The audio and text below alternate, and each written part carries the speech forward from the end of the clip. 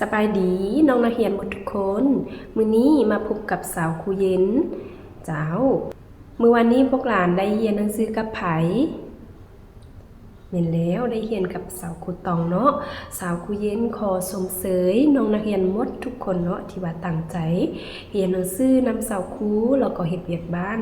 ถ่ายวิดีโอส่งให้สาวครูก็ขอสมเสยเนาะให้เฮาที่จะตบมือสมเสยตัวเองเด้อโดยมื้อนี้ก็จะเป็นมื้อวันศุกร์วันที่21เดือน11พฤศจิกายนปี2025เจ้ามื้อนี้สาวครูเย็นจะพาพวกหลานมาเรียนหน่วยโรงเรียนของค่อยกิจกรรมวงหมุนหัวข้อของมื้อนี้สาวครูจะพาพวกหลานมาเรียนเกี่ยวกับการบรบัดรักษาเดินโรงเรียนแม่นแล้วน้องนักเรียนทุกคนอยู่ในโรงเรียนของเฮาจะมีเดินโรงเรียนอยู่2บ่อนแม่นบ่1ก็คือ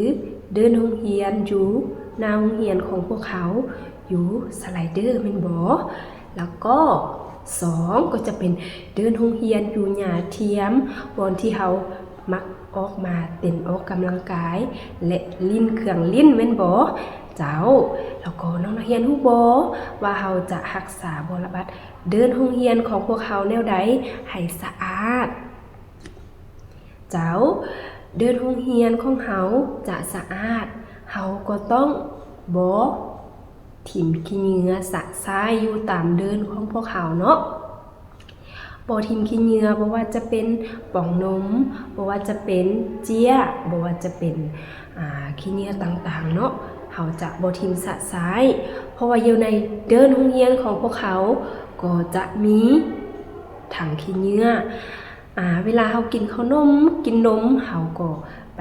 ทิ่มอยู่ถังขี้เหงื่อเนาะนอกจากนี้อยู่ในเดินโรงเรียนของพวกเขา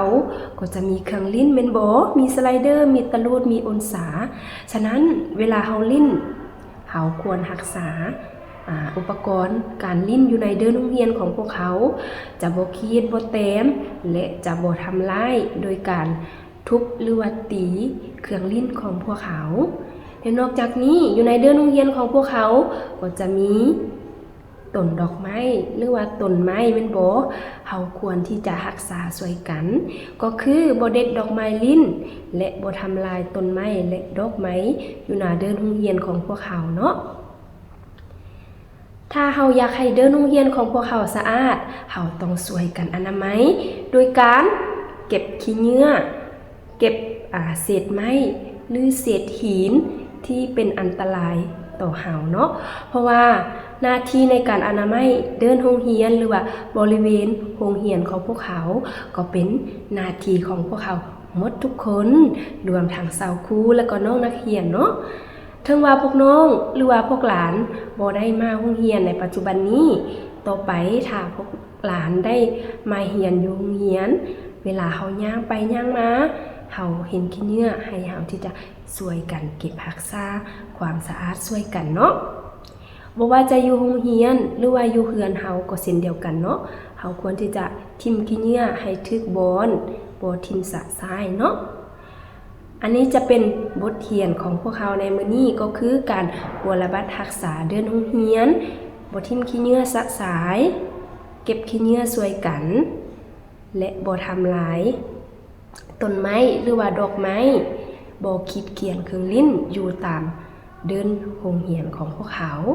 เจ้าอันนี้จะเป็นบทเรียนของเฮาในมื้อนี้และต่อไปสาวครูก็มีนิทานม่วนๆจะให้พวกหลานมาฟังและเบิ่งนำกันให้ทุกคนตั้งใจฟังและตั้งใจเบิ่งแล้วเฮ็ดเวียกบ้านแล้วก็ถ่ายรูปหรือว่าถ่ายวิดีโอลงกลุ่มให้สาวครูเบิ่งเด้อ